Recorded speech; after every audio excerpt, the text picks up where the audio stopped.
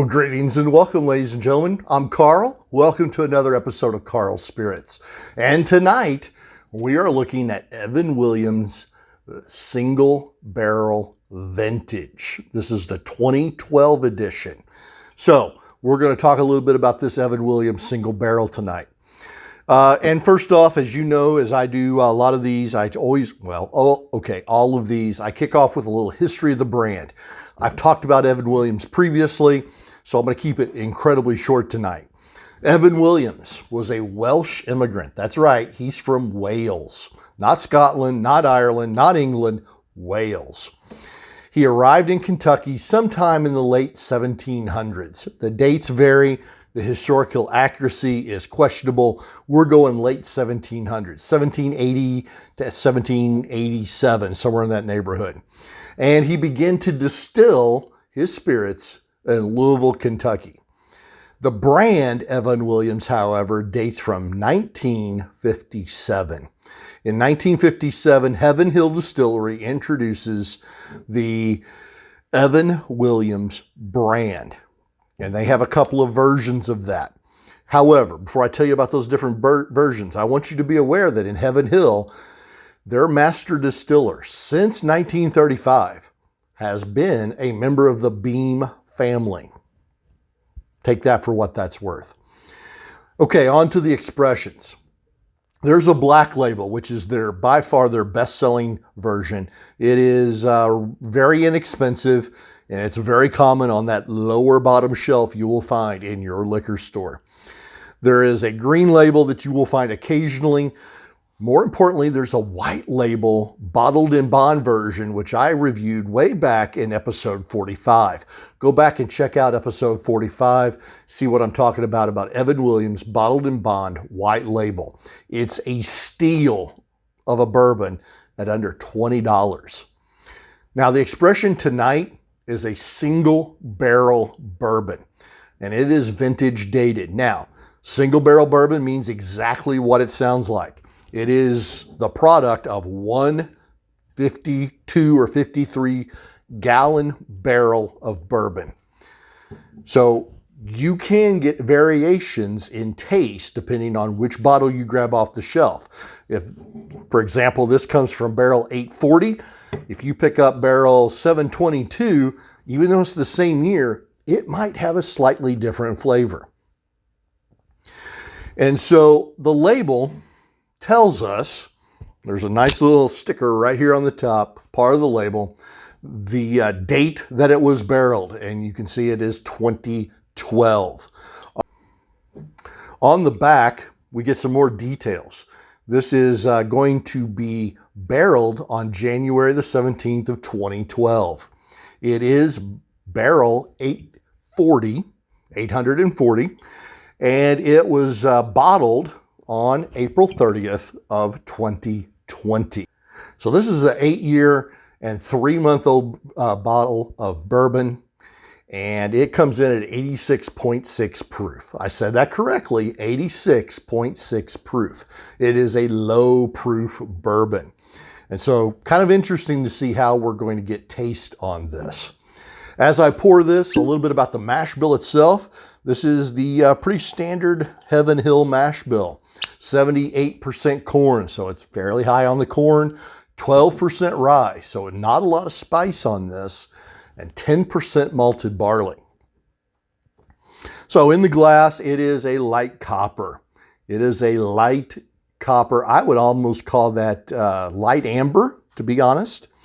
And the legs are very thin. I'm sorry, the legs are actually thick.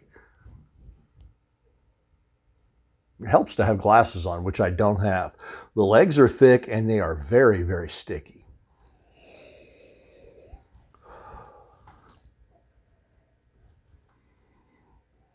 The smell here is absolutely delicious. It is aged oak and vanilla. Exactly what you would want picking up a glass of bourbon. Very classic bourbon profile on the smell.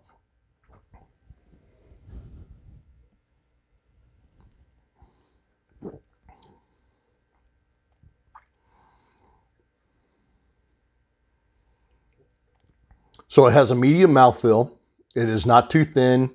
not chewy, so right there in the middle. I get some caramel right there in the very front and some cinnamon on the back.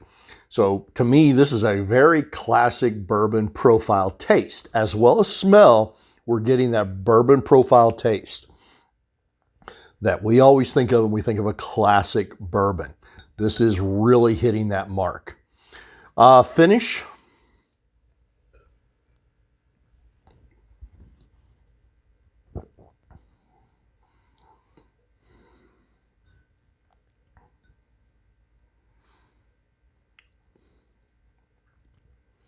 The finish I'm going to call medium as well. You got great notes of oak that linger, but you have that cinnamon spice that just kind of keeps on going, letting you know it's there. Again, a very classic bourbon profile. For me, this series has run the gamut between spectacular to bad to good, depending on the year.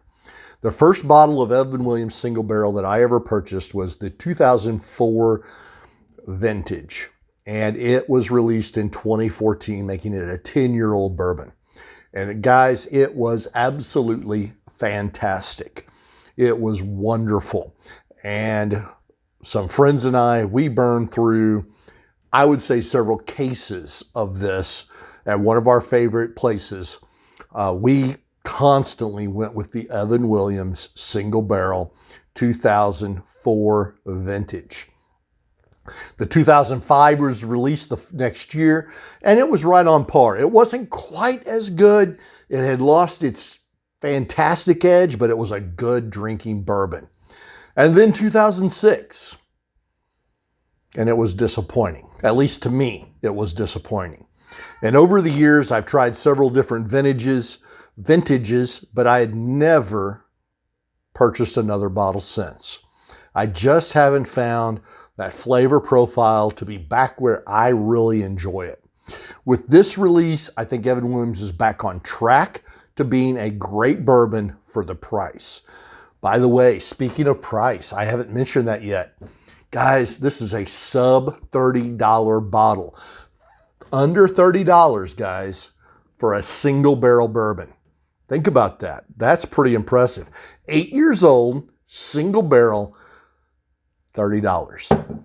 I actually picked this one up for $28 locally.